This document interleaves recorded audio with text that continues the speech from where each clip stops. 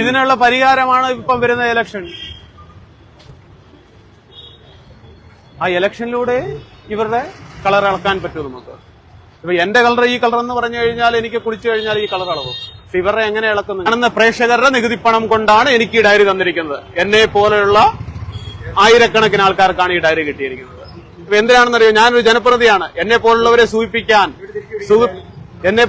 സൂചിപ്പിച്ചു നിർത്താനാണ് ഈ diary free ആയിട്ട് വരുന്നത്. ഈ സാമ്പത്തിക പ്രതിസന്ധി ഉണ്ടായിട്ട് പോലും എനിക്കിതിന്റെ ആവശ്യമില്ല. ഇപ്പൊ 10,000 രൂപ ഓണറേറിയം കിട്ടുന്ന ഒരാൾക്ക് 100 രൂപയുടെ ഒരു എഴുതാനുള്ള ഒരു ഡയറി വാങ്ങിച്ച് ഞങ്ങൾക്ക് വെച്ചൂടെ? ബാക്കി നമ്പറുകൾ, ഈ കാര്യങ്ങളെല്ലാം നമ്മുടെ ഈ മൊബൈലിൽ കിട്ടുമല്ലോ. ഗ്രാമപഞ്ചായത്തുകളും നഗരസഭയും മുനിസിപ്പാലിറ്റിയിലൊക്കെ എത്രമാത്രം വാർഡ് മെമ്പർമാരും അതുപോലെ കൌൺസിലർമാരിലൊക്കെ ഉണ്ടെന്ന് ചിന്തിക്കണം. അവർക്കെല്ലാവർക്കും ഫ്രീ ആയിട്ട് ഈ സർക്കാർ ഇത്രമാത്രം സാമ്പത്തിക പ്രതിസന്ധി നേരിടുമ്പോഴും ഫ്രീ ആയിട്ട് കൊടുക്കുന്ന സാധനമാണ്. ഇതൊക്കെ ദൂരത്തല്ലേ? ഇതൊക്കെ ഒഴിവാക്കിക്കൂടെ? അത് ഒരു ഡയറിക്ക് 350 രൂപ വെച്ചാണ്. അത് നോക്കിക്കോണം.